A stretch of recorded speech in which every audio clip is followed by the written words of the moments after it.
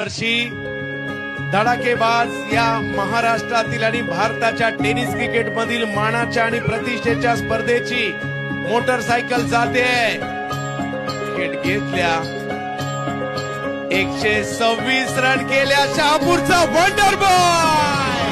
जीवाला जोडली तुझी पायवाट, उरात पेरला तुझा परिपाठ, अंगास राख डोळा सावकारी थाट.